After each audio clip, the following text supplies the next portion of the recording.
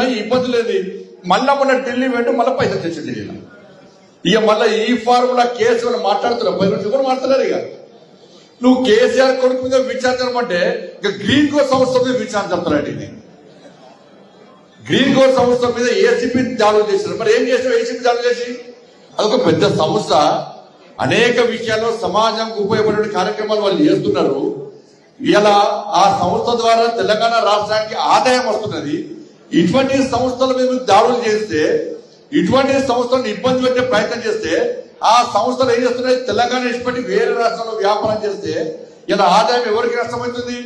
తెలంగాణ రాష్ట్రానికి ఆదాయం నష్టం జరుగుతుంది. ఇవాళ గ్రీన్ కోర్ సంస్థ నుంచి కాంగ్రెస్ పార్టీకి పైసలు ముట్టలేదా? చెప్పాలా? రేవంత్ రెడ్డి గారిని సవాల్ చేస్తున్నా, గ్రీన్ కోర్ సంస్థ నుంచి కాంగ్రెస్ పార్టీకి పైసలు ముట్టినాయా ముట్టలేదా? ఇంతవరకు ఒక్క పైసా ముట్టలే అని చెప్పి నువ్వు ప్రమాణం చేయి. కాంగ్రెస్ పార్టీ సవాల్ సిద్ధమా?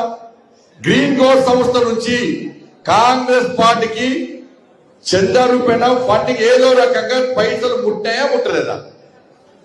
పైసలు తీసుకుని బరాబరే. అరే కామన్ ఎవరు తీసుకుంటారు? భారతీయ జనతా పార్టీ తీసుకుంటారు, టీఆర్ఎస్ తీసుకుంటారు, కాంగ్రెస్ వాళ్ళు పార్టీని నడపాలంటే వాళ్ళ వీళ్ళ సహకారంతో నడుస్తాయి. పార్టీ నడిస్తే ఎవరు చెప్పిన కూడా పైసలు పెట్టారు. కానీ పైసలు తీసుకుంటారు, మళ్ళా అదే సంస్థని ఇబ్బంది పెట్టే ప్రయత్నం చేస్తారు. ఇలా ఈ ఫార్ములా అట్లయిపోయింది, డ్రగ్స్ కేసు ఇట్లయిపోయింది. ఇలా ఏమైంది? ఇలా మళ్ళీ దావోస్